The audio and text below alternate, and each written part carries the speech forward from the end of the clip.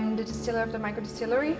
I'm in charge of the day-to-day operations here. My title is the assistant distiller. The everyday typical job of a distiller varies. We actually produce two products, whiskey and gin. We really just try different mash bills, different ways of distilling. Every single day when it boils in, it's just a different sense and smells you get. Like, it just confirms, like, this is exactly what I want to do. Like, I love the career I'm in at the minute. It's fantastic. So I'm originally from Brazil. I came to Ireland in a scholarship.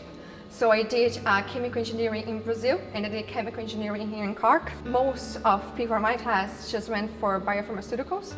I just want to go to the other way. I want to try something different because brewing was always been my passion, but knowing about distilling, how you can make essentially a beer into a clear spirit in the end, that was kind of amazing. Other women in the industry, such as like Laura Hemme and Rowan Co, she's a fantastic distiller as well. So they are almost role models for us to look forward to. I took a slightly different route. I didn't start out wanting to be a distiller. I actually went to art school in my 20s and I thought I wanted to be a painter. So I came on a circuitous route round and discovered whiskey through a love of sensory and perfume. And I retrained in my early 30s, so I went back to school to study brewing and distilling in Edinburgh. As opposed to perfume, there are a lot of abject elements that go into making something delicious, and that really fascinated me. So a lot of my role is about detail in the distillery. How do we make our spirit? How do we tweak every single parameter to ensure we're baking flavour into every stage of our production process? And that means a lot of nerding out over tiny details, a lot of science, a lot of chemistry, and also a lot of creativity. My role as head distiller means that I'm essentially laying down the building blocks for the Rowan Co of the future. So there's this lovely element of time travel as a distiller you're always navigating in terms of planning and thinking creatively.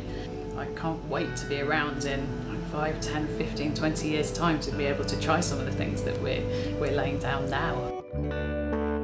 So the master blender has an absolute pleasure of walking around warehouses every day, drawing spirit from the cask, nosing and tasting to see how it's maturing, how it's reacting with the wood, and one day releasing it from the cask so that you get to enjoy it in a lovely glass. I fell in love with how you can take a clear spirit and transform it into something so rich in colour, and all those flavour profiles that can come through from a natural product in wood just fascinated me. The best day as a master blender is the day you release the spirit, so you get to see that colour and those aromas for the first time. I have a tankard here that I received in my qualifications, so to prove that I have become a distiller and blender. So this takes pride and joy in my home, and I say my parents just think it's the best thing ever, that something my grandfather, my father, my great grandfather enjoyed, I'm now making.